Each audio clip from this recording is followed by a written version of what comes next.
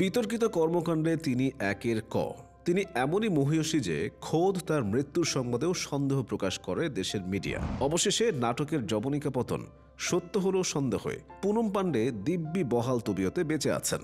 নিজের 10 বছরের কর্মজীবনে অসংখ্যবার বিতর্কে জড়িয়েছেন এই অ্যাডাল্ট স্টার। বারবার বলেছেন প্রচারের আলো চাই না, কিন্তু এমন সব কীর্তিকলাপ ঘটিয়ে যাচ্ছেন যে লোকে বাধ্য হয় নজর দিতে।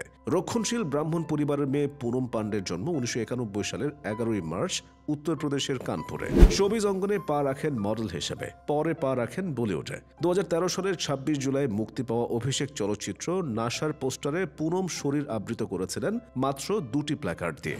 এ নিয়ে মুম্বাই জুড়ে তীব্র বিতর্ক সৃষ্টি হয়, বিক্ষোভ ওঠে চরমে। পরের বছরই লাভ ইজ পয়জন সিনেমার মাধ্যমে কন্নড় ফিল্ম ইন্ডাস্ট্রিতে যাত্রা শুরু করেন তিনি। এরপর ভোজপুরি, তেলেগু সিনেমায় অভিনয় করেন পুনম পান্ডে। তবে সাহসী খোলামেলা পোশাকে অভিনয়ের কারণে কিছুদিনের মধ্যেই তার গায়ে অ্যাডাল্ট স্টারের তকমা লেগে যায়। তাকে নিয়ে বিতর্কের মিছিলটা শুরু হয় 2011 সালে।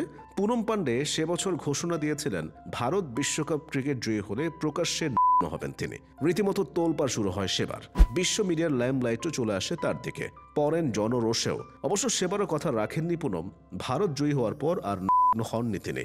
2011 সালে বিশ্বকাপের কয়েক মাস পর IPL এর আসরে শাহরুখ খানের কলকাতা নাইট রাইডার্স ফাইনালে জিতলে ছবি প্রকাশ করবেন বলে ঘোষণা দেন তিনি। নাইট রাইডার্স জয়ী হওয়ার পর কথা রাখেন পুনম। সোশ্যাল মিডিয়ায় পোস্ট করেন বসনাহীন ছবি।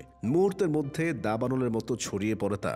বছর 3 পর 2014 সালে T20 বিশ্বকাপে শ্রীলঙ্কাকে হারাতে পারলে ভারতীয় দলের জন্য হওয়ার ঘোষণা দিয়ে ফের আলোচনায় উঠে আসেন পুনম। তিনি বলেন এবার ভিডিও প্রকাশ করবেন। ভারত হেরে যাওয়ায় প্রতিশ্রুতি রক্ষা করতে হয়নি সেবার। 2017 সালে পান্ডে অ্যাপ নামে একটি অ্যাপ চালু করেন পুনম পান্ডে।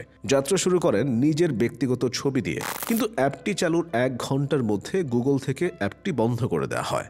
2019 সালের জানুয়ারিতে বয়ফ্রেন্ডের সঙ্গে নিজের অন্তরঙ্গ মুহূর্তের একটি ভিডিও ইনস্টাগ্রামে পোস্ট করেন আলোচিত এই অভিনেত্রী। মুহূর্তে সেটি ভাইরাল হয়ে যায়। বিতর্কের মুখে ভিডিওটি ডিলিট করলেও দোষ দেন বয়ফ্রেন্ডের ওপর। দাবি করেন বয়ফ্রেন্ডের বাড়িতে ফোনটি ভুলবশত রেখে আসলে সেই ইনস্টাগ্রামে ভিডিওটি পোস্ট করেছেন। 2019 সালে প্রাইভেট রুম নামে একটি ছোট্ট ভিডিও সামাজিক যোগাযোগ মাধ্যমে পোস্ট করেন তিনি।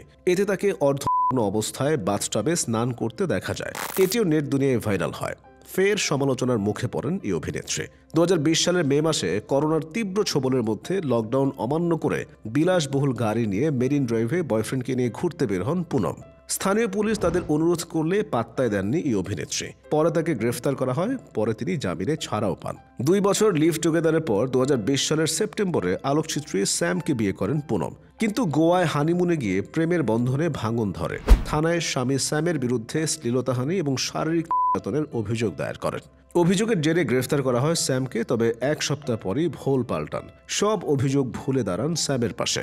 ভারতের রাষ্ট্রীয় সম্পত্তি গোয়ার চাপলি ধামে ভিডিও ধারণ করার অভিযোগে কয়েকদিন পর আবার গ্রেফতার করা হয় তাকে। ওয়াটার রিসোর্স ডিপার্টমেন্ট এবং the women wing of Goa forward পার্টির পক্ষ থেকে মামলাও দায়ের করা হয় তার বিরুদ্ধে। তখন 20,000 রুপি বন্ডের বিনিময়ে জামিন পান এই অভিনেত্রী। 2021 সালের জুলাই মাসে নীল ছবি তৈরি ও সেগুলো বিভিন্ন অ্যাপে প্রচারের অভিযোগে গ্রেফতার হন বলিউড অভিনেত্রী শিল্পা শেঠির স্বামী রাজ কুন্দ্রা। পুনম পান্ডে তখন পুলিশকে অভিযোগ করেন রাজের হাত ধরেই অ্যাডাল্ট সিনেমা ইন্ডাস্ট্রিতে পা রেখেছেন তিনি। ভয় ভীতি দেখিয়ে চুক্তিতে স্বাক্ষর করানো হয় তাকে। চুক্তিতে লেখা ছিল তাদের ইচ্ছামতো শুটিং, পোজ ও লুক দিতে হবে। শিল্পার স্বামীর বিরুদ্ধে মামলা দায়ের করতে বম্বে আদালতের দ্বারস্থ হন পুনম। পুনম পান্ডের কারণে বাড়ি ছাড়তে পর্যন্ত বাধ্য হয়েছিলেন তার বাবা মা। হাউজিং সোসাইটি থেকে বের করে দেওয়া হয়েছিল তাদের।